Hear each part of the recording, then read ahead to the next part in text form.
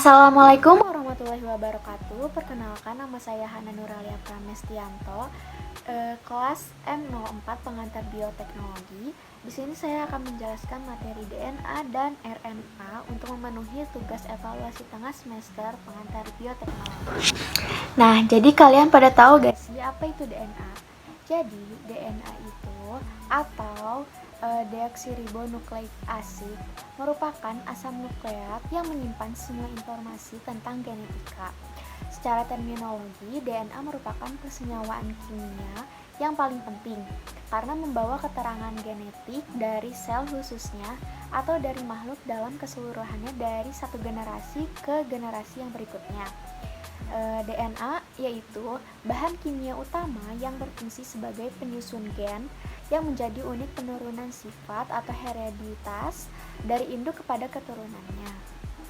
DNA ini akan menentukan jenis rambut, warna kulit, dan sifat-sifat khusus dari manusia. DNA ini akan menjadi cetak biru atau blueprint ciri khas manusia yang dapat diturunkan kepada generasi selanjutnya. Sehingga dalam tubuh seorang anak, komposisi DNA-nya sama dengan tipe DNA yang diturunkan dari orang tuanya. Struktur pada DNA membentuk heliks ganda atau yang dikenal dengan double helix. Struktur DNA double helix ini banyak ditemukan di alam sekitar loh. Bentuk double helix ini menyerupai gelombang yang tersusun dari pita yang dipilih dengan menggunakan warna merah atau biru di sekitar sumbu yang sama. Pada DNA double helix ini terdapat nukleotida, yaitu merupakan monomer asam nukleat atau building block yang memiliki banyak fungsi dalam metabolisme seluler. Nukleotida ini memiliki 3 karakteristik yang komponen, yaitu basa nitrogen heterosiklik, gula pentosa, dan gugus fosfat. Molekul nukleotida yang gugus fosfatnya mengalami hidrolisis dinamakan dengan nukleosida. Basa dan gula pentosa penyusun nukleotida ini merupakan bentuk senyawa heterosiklik. Nah, pada asam nukleat ini terdapat ikatan kovalen yang melalui gugus fosfat yang menghubungkan antara gugus hidroksil atau OH pada posisi 5 gula pentosa dan gugus hidroksil pada posisi 3 dan gula pentosa nukleotida berikutnya. Ikatan ini dinamakan dengan ikatan fosfodiester karena secara kimia gugus fosfat berada dalam bentuk diester. Nah, oleh karena itu, ikatan fosfodiester menghubungkan gula pada suatu nukleotida dengan gula pada nukleotida berikutnya, maka ikatan ini sekaligus menghubungkan kedua nukleotida yang berurutan tersebut. Dengan demikian, akan terbentuk suatu rantai polinukleotida yang masing-masing nukleotidanya satu sama lain dihubungkan oleh ikatan fosfodiester. Basa nitrogen terdiri dari basa purin yaitu A, adenin, G, guanin, dan basa pirimidin yaitu C, sitosin, dan T yaitu timin. Adenosin berikatan dengan timin dengan 2 ikatan hidrogen, dan guanin berikatan dengan sitosin dengan 3 ikatan hidrogen. Watson Crick pertama kali mengenalkan bentuk dari bDNA sebagai double helix atau rantai untai ganda. bDNA adalah DNA yang selama ini kita kenal dan paling melimpah dalam tubuh makhluk hidup. Lalu dilansir dari Biology Library Text, pada pH netral dan konsentrasi garam fisiologis DNA secara alamiah membentuk bentuk umumnya berupa DNAB. Nah, satu putaran bDNA memiliki 10 pasang basa, diameternya 20 angstrom, tingginya 34 angstrom, dengan inti pusat yang kokoh. Lalu bDNA juga memiliki cincin gula deoksiribosa berupa endokonformasi C2. Lalu yang selanjutnya ada aDNA.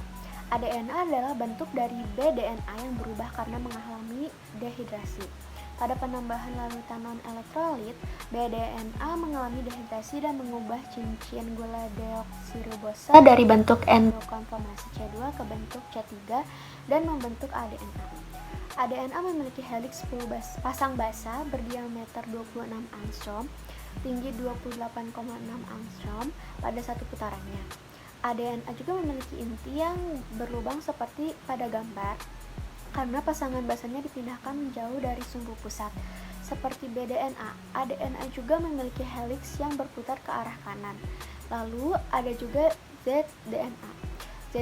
zDNA dibentuk dari bDNA yang berubah karena kondisi garam tinggi atau kelembaban yang rendah.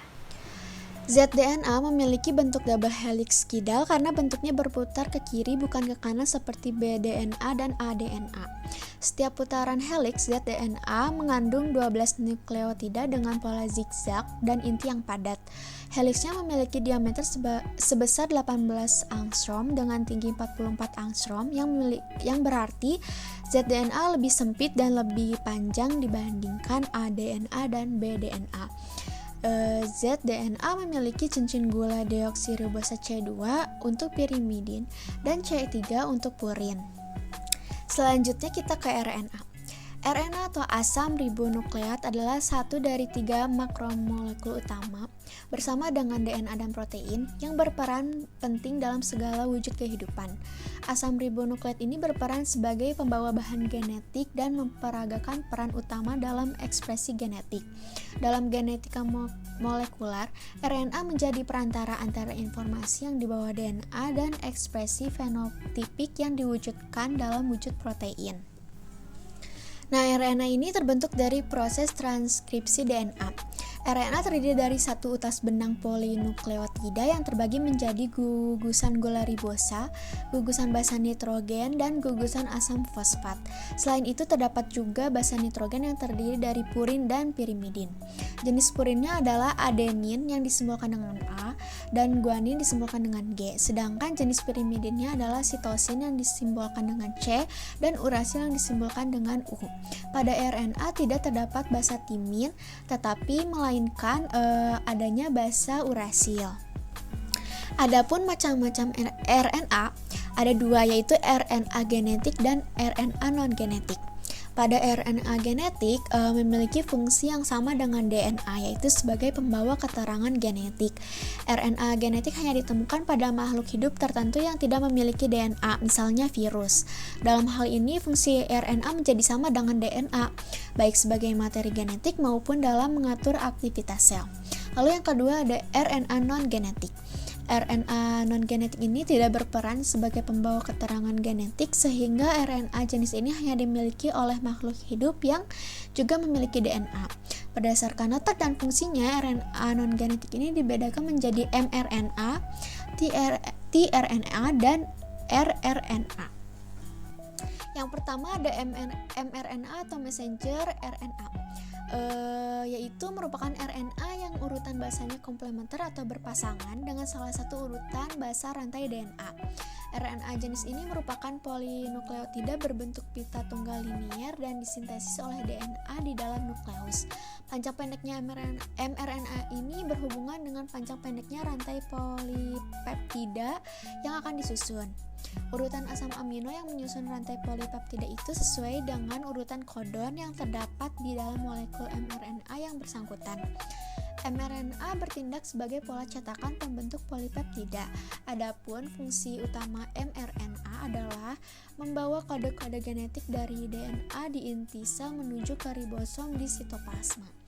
mRNA ini dibentuk bila diperlukan dan jika tugasnya selesai maka akan dihancurkan di dalam plasma. Nah, yang kedua ada tRNA atau transfer RNA. RNA jenis ini dibentuk dalam nukleus tetapi menempatkan diri di dalam sitoplasma. tRNA ini merupakan RNA terpendek dan bertindak sebagai penerjemah kodon dari mRNA. Fungsi lain dari tRNA ini adalah mengikat asam amino di dalam sitoplasma yang akan disusun menjadi protein dan mengangkutnya ke ribosom. Bagian tRNA yang berhubungan dengan kodon dinamakan dengan antikodon. Lalu yang terakhir ada rRNA atau ribosomal RNA.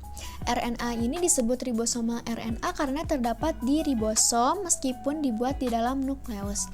RNA ini berupa pita tunggal, tidak bercabang dan fleksibel. Ada lebih dari 80% RNA merupakan rRNA. Fungsi dari RNA ribosom ini yaitu sebagai mesin perakit dalam sintesis protein yang bergerak ke satu arah sepanjang mRNA, dan di dalam ribosom molekul RNA ini mencapai 30-46%. Adapun perbedaan dari DNA dan RNA yaitu pada letak. DNA itu di dalam inti sel, mitokondria, kloroplas, dan sentriol. Pada RNA di dalam inti sel, sitoplasma, dan ribosom. Lalu perbedaan pada rantai pada DNA itu polinukleotidanya ganda dan panjang juga berpilin. Nah, pada RNA polinukleotidanya itu tunggal dan pendek, lalu tidak berpilin. Lalu selanjutnya perbedaan pada gula. Nah, di DNA ini gulanya itu gula deoksiribosa dan pada RNA itu gula ribosa. Selanjutnya pada basa nitrogen, DNA golongan purinnya itu adenin dan guanin, golongan pirimidinnya itu sitosin dan timin. Pada RNA golongan purinnya itu adenin dan guanin, pada golongan pirimidinnya itu sitosin dan urasil. Nah, perbedaan fungsi pada RNA dan DNA itu pada DNA sebagai pengontrol sifat yang menurun, sebagai sintesis protein, dan sebagai sintesis RNA. Pada RNA itu fungsinya sebagai sintesis protein. Yang terakhir, perbedaan kadar dari DNA dan RNA. Pada DNA itu tidak dipengaruhi oleh sintesis protein karena letak basa nitrogen dari kedua pita ADN saling berhadapan dengan pasangan yang tetap, yaitu adenin selalu berpasangan dengan timin dan sitosin dengan guanin. Kedua pita itu diikatkan oleh ikatan hidrogen. Lalu pada RNA itu tidak dipengaruhi oleh sintesis protein. Nah, yang selanjutnya ada dogma sentral, yaitu yang menjelaskan mengenai babak perubahan gen dari DNA menjadi RNA dan RNA menjadi protein. Dogma ini menjelaskan bagaimana babak pembacaan materi genetik menjadi protein yang bertindak di setiap tahap metabolisme di dalam tubuh suatu organisme. Dogma sentral biologi terbagi atas 3 tahapan besar, yaitu replikasi, transkripsi, dan translasi. Ketiga tahap ini memungkinkan penyalinan materi genetik menjadi protein. Nah, yang pertama ada replikasi DNA. Replikasi DNA merupakan bagian penggandaan rantai ganda DNA, yaitu pada sel replikasi DNA terjadi sebelum pembelahan sel. Pada prokariota berkelok-kelok menerapkan replikasi DNA, lalu mula-mula heliks ganda DNA yang berwarna merah dijadikan dua untai tunggal oleh enzim helikase dengan bantuan topoisomerase yang mengurangi tegangan untai DNA. Lalu selanjutnya untaian DNA tunggal dilekati oleh protein-protein pengikat untaian tunggal untuk mencegah membentuk heliks ganda kembali. Lalu selanjutnya primase membentuk oligonukleotida RNA yang dinamakan primer dan molekul DNA polimerase yang melekat pada seuntai tunggal DNA dan memainkan usaha sepanjang untai tersebut untuk memperpanjang primer, membentuk untaian tunggal DNA baru yang dinamakan leading strand dan lagging strand. DNA polimerase yang membentuk lagging strand ini wajib mengsintesis segmen-segmen polinukleotida diskontinu atau yang disebut dengan fragmen Okazaki. Lalu selanjutnya enzim DNA ligase menyudahi dan menyambungkan potongan-potongan lagging strand tersebut. Nah, yang kedua ada transkripsi. Transkripsi ini merupakan bentuk perubahan DNA menjadi RNA dengan bantuan RNA polimerase. Transkripsi terjadi di nukleus dan hasil RNA akan dibawa menuju sitoplasma untuk tahap translasi. Perbedaan DNA dan RNA adalah keberadaan gugus basanya, yaitu timin pada DNA ditukarkan oleh gugus basa menjadi urasil. Lalu ada 3 tahapan utama transkripsi, yaitu yang pertama ada penempelan RNA polimerase pada DNA atau inisiasi. Nah, pada inisiasi ini RNA polimerase akan menempel pada anggota DNA yang diikat oleh promoter strand yang akan menjadi cetakan rantai antisense, sedangkan rantai antisense ini tidak mengalami babak transkripsi. Dari lokasi inilah transkripsi akan berjalan dan cetakan RNA diciptakan. Nah, yang kedua ada elongasi. Babak elongasi ini membutuhkan beberapa jenis faktor transkripsi. Pada babak ini akan terjadi pemanjangan hasil transkripsi DNA. Dan yang ketiga ada terminasi.